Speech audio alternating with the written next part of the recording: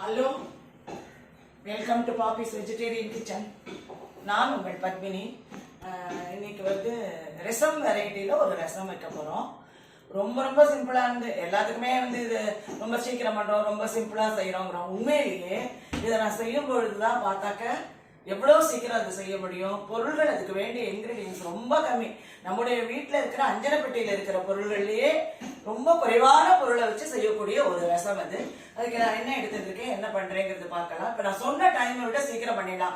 ஏன்னா நான் வீடியோக்காக சிலது சொல்றேன் தவிர அப்போ என்ன இவ்வளவு நேரம் 10 நிமிஷம் ஆயிருக்கு வீடியோ அப்படின்னு நீங்க நினைக்கலாம். நீங்க ஒண்ணுமே சொல்லாம அப்படியே இதை பார்த்து அப்படியே பண்ணிட்டேன்னா அது சொன்ன அந்த 5 நிமிஷத்துலேருந்து 10 நிமிஷத்துக்குள்ள முடிஞ்சு போயிடும் ரசம். ஸோ அதுக்கு என்ன பொருள் எடுத்துட்டு இருக்கோம், எவ்வளோ குறைவான பொருள் எப்படி பண்றோம்னு பார்க்கலாம். ரொம்ப குயிக்காக பண்ணிடலாம்.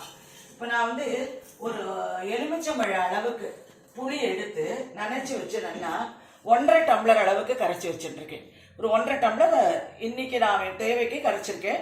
இதுக்கு நான் போடுற பொருள்லாம் பார்த்துட்டு அதுக்கு தகுந்த மாதிரி நீங்க புளியோ அதை எடுத்துக்கிறது பார்த்துட்டு. ரசத்துக்கு கரைக்கிற மாதிரி கொஞ்சம் நீர்க்க கரைக்கணும். ஆமா, ரசம் குழம்பு மாதிரி கொஞ்சம் திக்கா இல்லாம நீர்க்க கரைச்சா இதுனா இதில் திருப்பி நம்ம தண்ணி எந்த அளவுக்கு வேணுமோ அதுக்கு விழாவோ போறோம். இதுல பருப்போ இருப்போ ஜனமோ எதுவுமே கிடையாது.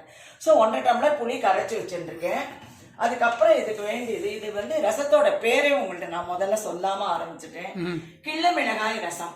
எது கிள்ளணும்? அவ்வளவுதான், மிளகாய கிள்ளணும். நல்ல காலம். கிள்ள மிளகாய் ரசம் தான் இந்த நாள்ல சொல்லுவாங்க.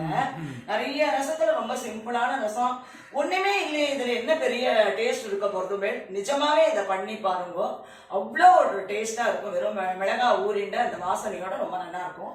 இப்போ இதுக்கு மேற்கொண்டு பொருட்கள் என்ன வேணும்னு சொல்றேன்.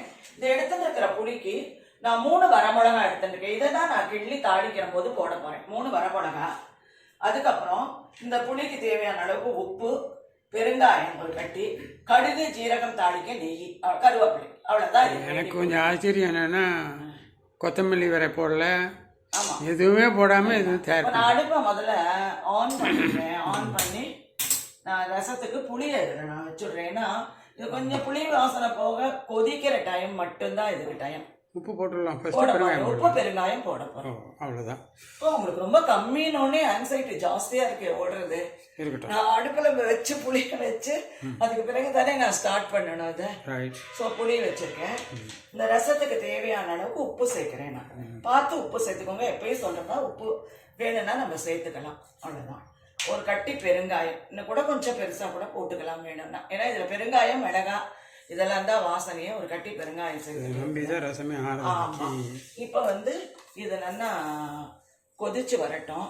நல்லா கொஞ்சம் கொதிச்சு இது இறங்கின பிறகு நம்ம வேண்டிய அளவுக்கு ஜலம் சேர்த்து தாளிச்சா நம்மளுடைய கிள்ளி மிளகாய் ரசம் சூப்பரா ரெடி ஆயிடும். தேங்க்யூ.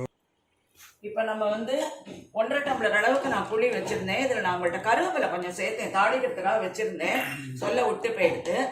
அதுக்கப்புறம் அந்த 1.5 டம்ளருங்கிறது இப்போ 3/4 டம்ளர் அளவுக்கு நல்லா கொதிச்சு புளி பச்சை வாசனையெல்லாம் நல்லா போயிடுது. இப்போ நான் வந்து இந்த அடுப்பை தாளிக்கிறதுக்கு இதையும் நான் ஆன் பண்ணிட்டு தண்ணி விடாவிடுறேன். நம்மளுடைய ரசம் 2 மினிட்ஸ்ல முடிஞ்சிடும். இது ஹீட் ஆகட்டும். அதுக்குள்ளே இப்போ நான் இதுக்கு வந்து ஒரு 1.5 டம்ளர் நான் தண்ணி சேர்த்துக்கிறேன். தண்ணி அளவு நம்ம பார்த்துக்கலாம். கொஞ்சம் இதுக்கு வந்து எனக்கு தேவை, நான் அடிக்கடி பண்றது தான் இது. அதனால எந்த அளவுக்கு வேணும் ஒரு 1.5 டம்ளர் அளவுக்கு தண்ணி நான் வந்து இந்த புளியோட சேர்த்து நான் விளாவின்னு இருக்கேன். இது இதுவாகட்டும். இப்போ இதுதான் என்ன ரசம் நம்ம பண்றோமோ அந்த ரசத்தினுடைய மெயின் இதுதான். ஆக்சுவலாக கொஞ்சம் எண்ணெய் சேர்த்துருக்கேன். முதல்ல தாளிக்கும் போது நெய்யில் தாளிச்சிடுவேன். மிளகாயை நான் வந்து முதல்ல இதில் வறுத்து தான் நான் சேர்க்க போறேன். கிள்ளி மிளகாய்க்கு வந்து 3 மிளகாய் உங்கள்கிட்ட நான் சொன்னேன். அதை 2 கிள்ளி 6 பீஸா நான் எடுத்து வச்சுருக்கேன். முதல்ல இந்த மிளகாயை வறுத்து இதில் சேர்த்துட்டா இந்த காரம் இதெல்லாம் நல்லா அழகாக சேர்ந்து இறங்கிடும். அதே சமயத்தில் நம்ம தாளிச்சு கொட்டிட்டா நம்மளுடைய கிள்ளி மிளகாய் ரசம் முடிஞ்சிடும், அவ்வளோதான். இப்போ வந்து ஒரு 3 மிளகாயை நான் வறுத்து சேர்க்குறேன். அது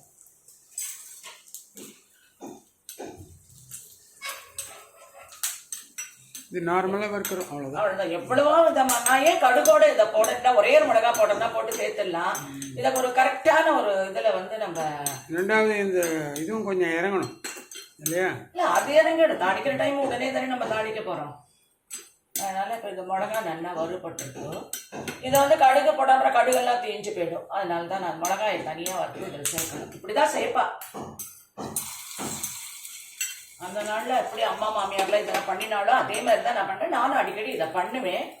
இப்போ இதுக்கு அடுத்தது நெய். அவள் வேற எதுவுமே கூட சேர்க்க மாட்டான் அதில். வெறும் கடுகோட வேற எதுவுமே இருக்காது இதில்.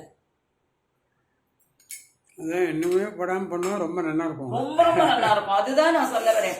நம்ம எவ்வளவு ரசம் பண்றோம். எலுமிச்சம்பழம் ரசம், பருப்பு ரசம், தக்காளி ரசம், அதுக்கப்புறம் வந்து பைனாப்பிள் ரசம், மோர் ரசம், உடுப்பி ரசம், நிறைய பண்றோம். ஆனா அந்த எல்லா ரசத்தையும் விட ஒண்ணுமே இல்லாத இந்த ரசம் வந்து அப்படி ஒரு டேஸ்டியா இருக்கும். அதுவும் எண்ணெய் தேய்ச்சி குளிச்சுட்டுலாம் மிளகு ரசம்லாம் சாப்பிட்ற மாதிரி இதை சாப்பிட்டோம்னா ரொம்ப ரொம்ப நல்லா இருக்கும். இதுல நான் வந்து கடுகு வெறும் ஜீரகம் கொஞ்சம் சேர்த்துக்கேன். அம்மாலாம் ஜீரகம் கூட சேர்த்துருப்பாங்க கூட ஞாபகம் இல்லை. வெறும் மிளகாயினுடைய ஒரு இதுதான் இதில் இருக்கும். ஸோ ஒரு இம்ப்ரூவ்மெண்ட் பண்ணிட்டீங்க. ஆமாம், சரி, கொஞ்சம் வாசனையாக இருக்குது. அவ்வளோதான். நான் வந்து தாளிக்கிற அடுப்பை நான் ஆஃப் பண்ணிட்டேன். கருவேப்பிலை சேர்த்துறேன். அப்படி ரசம் பொங்கி எடுக்கணும். அவ்வளோதான். பெருசாக பொங்கி வர்றது அளவுக்கு தெரியாது இதில். ஏன்னா மிளகா பொடி இல்லை இல்லை பொடி இல்லை, தக்காளி இல்லை, பருப்பு இல்லை, எதுவுமே சொல்ல போனால் ஒரு முதல் கொதி வந்தோன்னு எடுத்துடலான்னு. அவ்வளோதான். லேசாக இருந்தது பாருங்க. இப்போ கொதிக்க ஆரம்பிச்சிடும். இந்த ஸ்டேஜ்லேயே நம்ம வந்து எடுத்துடலாம். ஓகே. இப்போ வந்து இந்த அளவுக்கு கொதிச்சா போறோம். இது அந்த நான் ஏற்கனவே சொன்ன மாதிரி பருப்பு ரசத்துல தக்காளி ரசத்துல மேல பொங்கி வரா மாதிரி வராது. இந்த அளவுக்கு கொதிச்சா அதை அணைச்சா போறோம்.